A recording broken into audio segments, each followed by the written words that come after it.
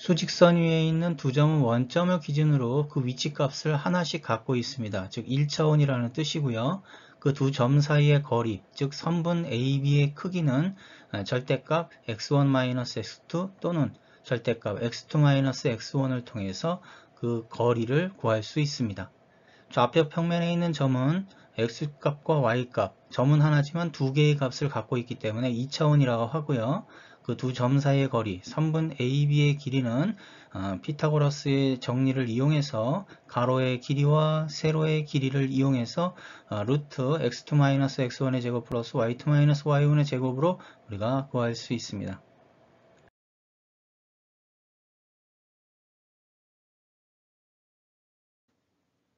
수직선 위에 있는 두 점 사이의 거리를 구하시오. 그렇다면 선분 AB의 길이를 구하면 되겠죠? 절대값 x1-x2 또는 절대값 x2-x1.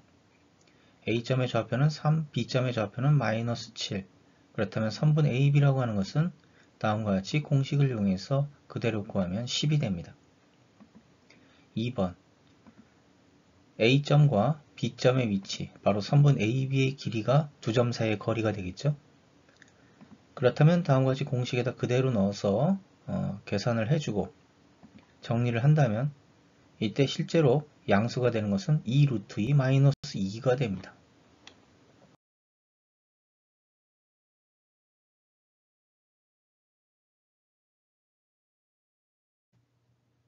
수직선 위에 있는 두 점 사이의 거리를 구하시오. A는 루트 7, B는 1 플러스 루트 3. 그래서 선분 AB의 길이는 다음과 같은 공식을 이용해서 그 길이를 구할 수 있습니다. 그대로 대입하고요. 여기서 루트 7이라고 하는 것은 2.6을 제곱하면 7보다 작고 2.7을 제곱하면 7보다 큽니다. 그래서 루트 7은 소수 첫째 자리가 6으로 끝나죠. 루트 3은 1.7 얼마 그래서 소수 첫째 자리가 7로 끝나기 때문에 B가 A보다 큰 수가 됩니다. 따라서 선분 AB의 길이는 1 플러스 루트 3 마이너스 루트 7로 나타내주면 되겠죠. 여기서 루트 7의 소수 두 번째 자리, 세 번째 자리를 마저 구하려 한다면 다음과 같은 방법을 이용해서 구하면 됩니다. 3을 두 번 곱하면 9가 되기 때문에 안 되겠고요. 그래서 2를 두 번 곱하고 그대로 더하고요. 그 다음에 빼면 3이 되겠죠. 자, 이제 그 다음 자릿수 공 2개 붙여주고, 자, 그 다음 자릿수에는 300보다 작은 수가 되기 위해서는 6이 되겠죠. 그래서 46을 6을 곱하면 276이 됩니다. 자, 빼주고요. 그 다음에 왼쪽은 더해주고, 그 다음 자릿수, 그 다음에 공 2개 붙여주고, 그 다음에 4를 넣어서 524에다가 4를 곱하면 2096, 5가 되면 2400보다 커집니다. 자, 빼주고요. 그 다음에 왼쪽은 더해주고, 자, 그 다음 자릿수는 5가 됩니다. 이런 식으로 해서 2.645 점점점점 이런 식으로 구할 수가 있게 되는 거죠. 자, 그래서 2.645 그 다음에 1 플러스 루트 3은 2.732 이렇게 되겠죠. 그래서 B가 A보다 크므로 다음과 같이 선분 AB의 길이는 1 플러스 루트 3 마이너스 루트 7로 나타내주면 됩니다.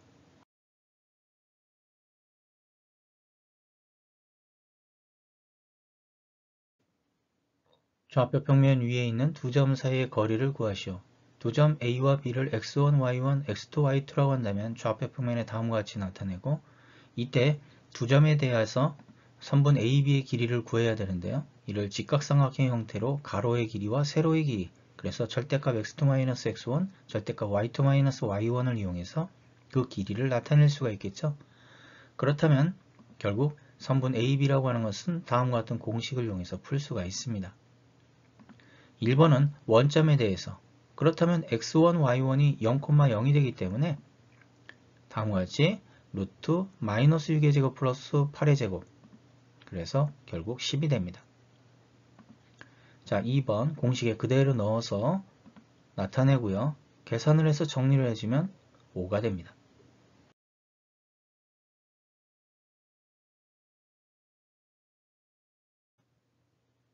좌표 평면에 있는 두 점 AB에 대해서 두 점 사이의 거리, 즉 선분 AB의 길이가 3루트 5로 주어졌을 때 이를 만족하는 K값을 구하려고 한다면 먼저 좌표 평면 위에 A점 마이너스 1,2에 대해서 B점의 좌표, 이때 Y좌표가 마이너스 4이기 때문에 마이너스 4 위에 있는 무한히 많은 점들 중에서 그 점과 점 사이의 거리가 3루트 5가 돼야 되는 점 B의 좌표를 우리가 구할 수가 있게 됩니다. 그래서 공식을 이용해서 점과 점 사이의 거리 공식 그대로 대입해서 그 거리는 3루트 5가 돼야 되고요. 근호가 있기 때문에 양변을 제곱해서 정리해주면 K에 관한 2차 방정식, 그래서 K가 2개가 나타나게 됩니다. 그래서 B점의 좌표는 결국 마이너스 4, 마이너스 4와 2, 마이너스 4 두 개를 구할 수 있게 됩니다. 다음을 만족하는 상수 K는 그렇다면 점 A와 점 B 사이의 거리가 루트 5, 그러면 점과 점 사이의 거리 공식을 그대로 적용해서 다음과 같이 나타낼 수가 있게 됩니다. 양변에 근호가 있기 때문에 양변을 제곱해 주고요.